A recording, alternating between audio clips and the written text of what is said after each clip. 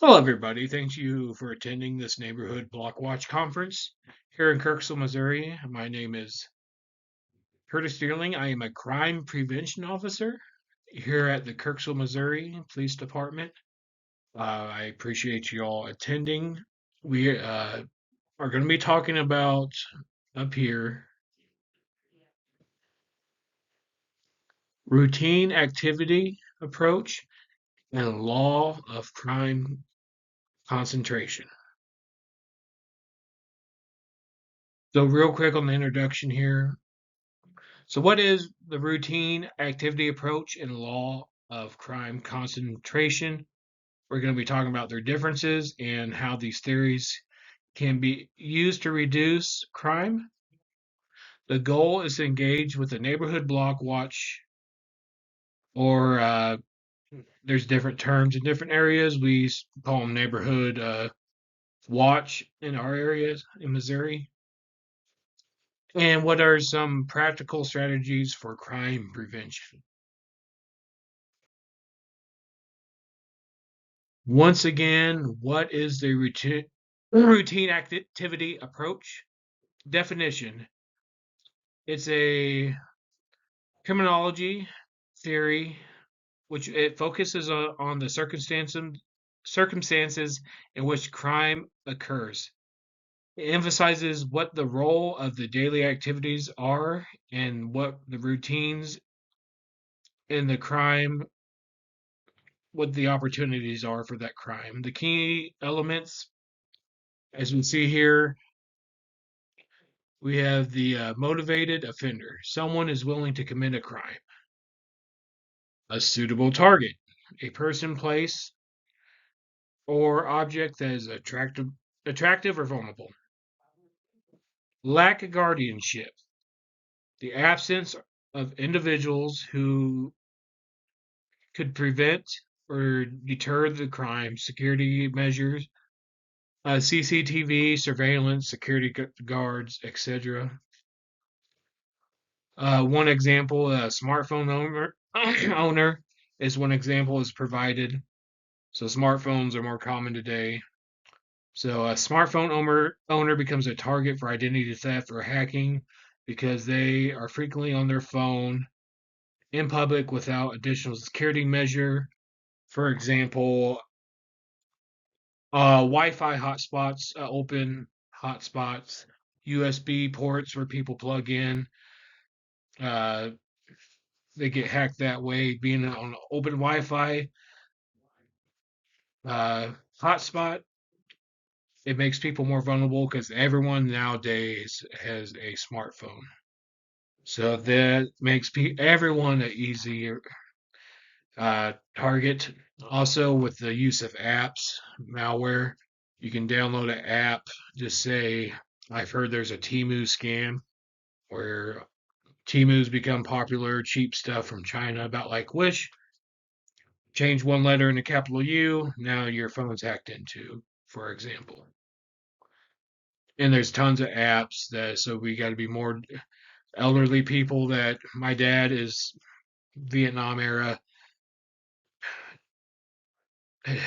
For years, only had a landline, went to a flip phone, finally has a smartphone.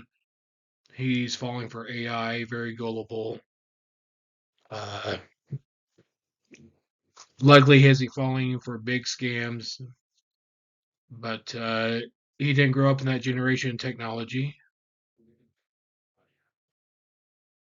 Moving forward, like I said, with the smartphones, uh, everyone, and it's really sad to see because I was born 1988. I remember a time where there were no cell phones everywhere, and it was kind of a time of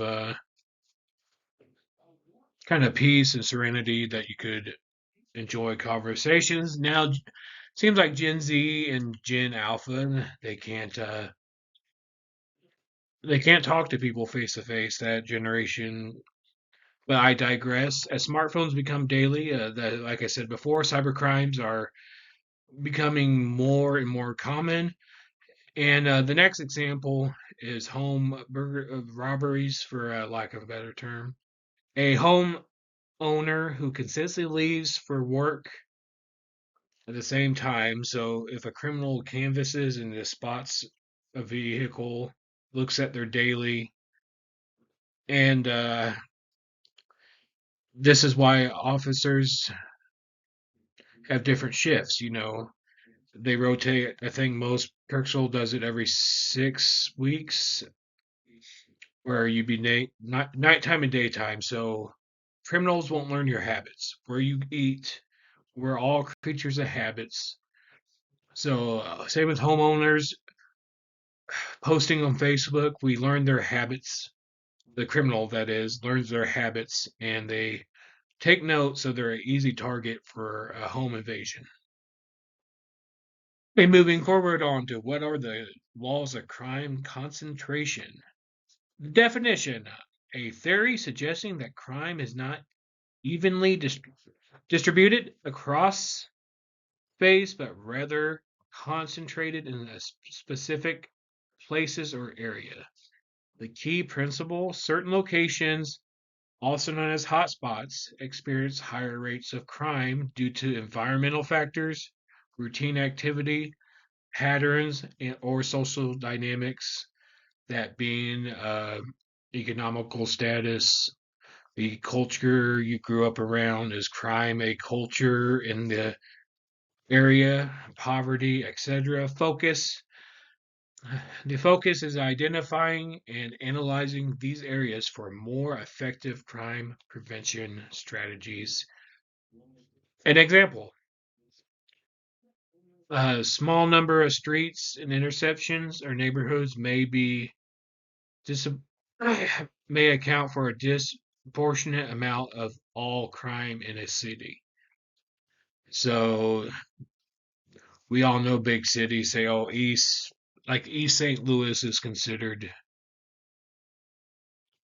the bad part, and so they put it into, not all of St. Louis bad, East St. Louis is bad. Okay, in Kirksville, we have a street called Osteopathy. That's where more poverty, more trailer parks. That's kind of narrowing it down to these are the bad parts of town. Not to sound stereotypical, but that's kind of the way it's narrowed down to, and not spread over a large demographic, but narrowing it down to, for lack of better terms, bad parts of a city, town, etc. So, law of crime concentration and action. So, we talked about earlier these crime hotspots. I'd like to highlight that, underline it. So, what is a crime hotspot? I mentioned it earlier. Neighborhoods or areas with high concentration of bars or late night businesses often see an increased number of crimes. For example, assaults, thefts, because of the proximate of their locations. Okay, they're late night, people are drunk, bars, etc. Neighborhood patterns, area, like I talked about in the previous slide, area of lower levels of community engagement or visible surveillance. Vacant lots, poorly lit alleys are more likely to experience higher rates of crime. That's where drug deals happen, etc. Also, socio-economical areas like a trailer park, I would throw in there too, in my personal opinion. So the comparison of routine activity approach and laws of crime concentration. So the routine activity approach focus on individual behavior and situational factors. The crime occurs when the right conditions, i.e., motivated offenders, suitable targets, lack of guardianship, align. So it has to be, I guess, premeditated, planned out, studied, etc., emphasizing preventing crime by altering daily activities or adding preventative measures is what the approach is to correct this. Increasing surveillance, security, police canvassing the spot. The laws of crime concentration focus on a geographic or a specific area where crime is committed more consistently. Crime clusters in specific places due to environmental and social factors, and targeting hotspots, like we talked about, to prevent. Uh, Instead of looking at the big cities, we just focus on the crime-ridden areas, for lack of better terms, the hotspots where crime happens more often, rather than the routine approach would look at individuals' motives and not just for, say, quote, on the ghetto, for example. Stereotypical versus more individual on the routine, or for the law of crime concentration is, like I said, your trailer parks, your bad streets, your bad areas. So how can neighborhood block watch use these theories? So with the routine activity approach, you have increased security or guardianship. This will encourage block watch members to patrol and be alert for unusual activity. And this helps with, because the police are overwhelmed, you look for suspicious behavior, targeting, target hardening. So you educate community members on securing valuables, smartphones, homes. I would even throw, as a Missourian, I would also throw in know your rights with the castle law doctrine here in Missouri. Um, yeah, I'll just leave it at that. Community awareness, organize neighborhood meetings to increase awareness about crime risk and prevention strategies. So, like here in Missouri, we call it neighborhood watch. You just communicate. It doesn't have to be a homeowners association. It can be your neighbors. Have meetings, just talk about if you see suspicious cars or just shady stuff go on, communicate it, report it to the police. Laws of crime concentration. Identify the hotspots. Use crime mapping to identify areas which crime rates and focus resources on those areas alone. You have targeted interventions. You increase patrols, install better lighting in those hotspots to deter crimes, CCTV, etc., ring door cams, just so there's more accountability, prevent crime in those areas. And community engagement. So similar to the routine activity approach, you still strengthen the community ties in these hotspots areas to reduce isolation, increase collective security. So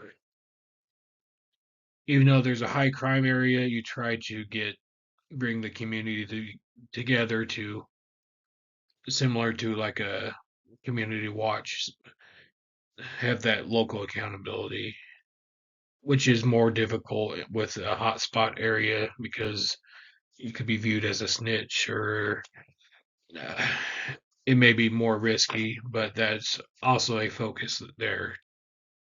So we're just going to kind of quickly review just a little bit real quick on the examples. Um, Example one on the examples of crime prevention based on these theories. After identifying hotspots, a neighborhood may increase patrols, like we talked about, security cameras on key intersections, reducing crime rates. The other one we talked about with smartphones, something to do to prevent is to just teach people to set up a strong password, not 1234, not 5555. And I also have like two-factor password authorization. Avoid using their phones. Like I talked about, public Wi-Fi. Main airports, I know the public Wi-Fi. Where McDonald's public Wi-Fi, it's so easy for someone to they can access that hotspot that you're accessing, and they can hack your laptop, your smartphone, etc. So there's better plans now. Have a phone with your own data service, for example. Moving forward, I appreciate everyone's due diligence and paying attention. We're just going to kind of summarize briefly the routine activity approach. Focus on individual behaviors and situational factors that create opportunities for crime, such as a presence of motivated offenders, suitable targets, and a lack of security or guardianship. In contrast, the laws of crime concentration suggest that crime is geographical in a specific area, once again reviewing known as hotspots, which can be influenced by environmental and social factors. Both theories, I'm going to circle this, offer practical, actionable strategies about with crime prevention, with routine activity approach, recommending change in daily routines and behaviors. Now, the laws of crime concentration focusing on addressing high crime or high crime areas. So this is where I open up for any questions. I'm if you have any questions, concerns, comments, now is your time to do so. This is the final takeaway that if I want you to remember anything at all, is this. By applying these theories, neighborhood block watch groups can take a proactive approach to reducing crime. They can enhance guardianship, i.e., security, alter behaviors, and create opportunities for crime, and focus efforts on high risk areas, ultimately create safer communities. And that should be the end goal for either or, which strategy is community safeness and lowering crime rates. That is the meat and potatoes. The proof is in the pudding, whatever analogy is. That's why we come up with these criminologies or crime scene analysis ideas, is to prevent crime, keep people safe, lower crime rates.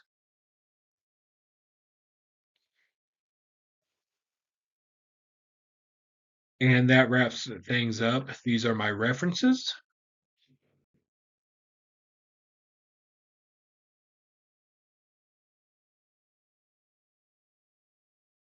So this is my design statement. For this assignment, I use Microsoft PowerPoint to create a visually engaging and informative presentation that addresses the concepts for the routine activity approach and the laws of crime concentration. The goal was to design a presentation that is not only educational but also engaging for a diverse audience of a neighborhood block watch. In making the slides, I focused on balancing clear, concise text with visual elements and helped enhance the understanding and keep the audience engaged. I included several types of visuals. Um, Key concepts, I focused on them, like the hotspots, very important. The elements of routine activity approach, motivated offenders, suitable targets, the lack of security, those key concepts. I tried to edit it down so I can keep the text brief to focus on the key points so it's not too cluttered. Each slide contains bullet points, summarize the main ideas, which I elaborated on in a company narration. I want to make sure that the presentation could be easily followed by both visual and auditory learners. For this narration, I aimed for a conversational tone, making sure to explain the complex criminological concepts in a simple, relatable language. This approach helps to avoid overwhelming the audience with jargon while still delivering important, valuable information. In terms of layout, I opted for a clean, minimalistic design to ensure the slides didn't feel cluttered. Once again, I used consistent color schemes and pictures, font styles for a theme to maintain a professional look. Additionally, I paid close attention to slide transitions and pacing and narration to be consistent, ensuring that audience had enough time to absorb the information before moving to the next slide. I also made sure to follow paper academic standards, i.e., the APA format, both within the slides and in the references at the end of the presentation. This ensured the credibility of the information that was presented to the audience. In summary, my aim was to create a presentation that would inform, engage, and empower neighborhood Block Watch members and provide them with practical strategies to reduce crime in their communities. By combining all this text, visual narrations, I sought out to make an efficient and accessible presentation as effective as possible. I included this if this was a real life scenario of a presentation. Thank you Professor, for taking the time to listen to me and to look at this. I appreciate all your hard work. You're underappreciated, and thank you for your time. And I really enjoyed the class. I'm taking in a lot. I really appreciate your time. Thank you.